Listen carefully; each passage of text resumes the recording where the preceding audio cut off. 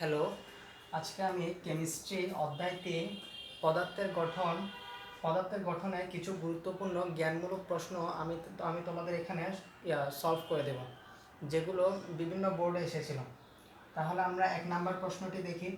1 নম্বর প্রশ্নে বলা হয়েছে মৌলের পরমাণু কয়টি মূল উপাদান দ্বারা গঠিত। আমরা জানি মৌলের পরমাণু 3টি মূল উপাদান দ্বারা গঠিত। 3টি মূল উপাদান দ্বারা গঠিত। হাইড্রোজেন মৌলের আইসোটোপ কয়টি? আমরা জানি হাইড্রোজেন মৌলের আইসোটোপ হলো 3টি।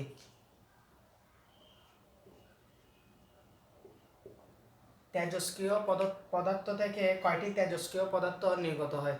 আমরা জানি তেজস্ক্রিয় পদার্থ থেকে 3টি তেজস্ক্রিয় পদার্থ নির্গত হয়।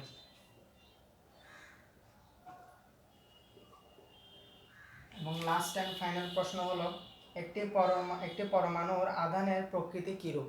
একটি পরমাণুর আধানের প্রকৃতি হলো সবসময় নিরপেক্ষ, অর্থাৎ কোনো নিরপেক্ষ, অর্থাৎ যেমন নিউটন হলো একটি নিরপেক্ষ কণা।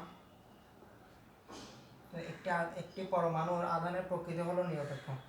এখানে প্রথম প্রশ্ন হলো মৌলের পরমাণু কয়টি মূল উপাদান দ্বারা গঠিত? মৌলের পরমাণু 3টি মূল উপাদান দ্বারা গঠিত এবং 3টি মূল উপাদান হলো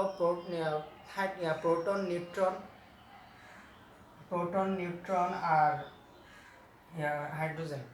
একটি হলো হাইড্রোজেনের মৌলের আইসোটোপ কয়টি? হাইড্রোজেন মৌলের আইসোটোপ হলো 3টি। আর তেজস্ক্রিয় পদার্থ থেকে কয়টি তেজস্ক্রিয় পদার্থ নির্গত হয়? 3টি তেজস্ক্রিয় পদার্থ নির্গত হয়। আর একটি পরমাণু আধানের প্রকৃতি হলো সবসময় নিরপেক্ষ।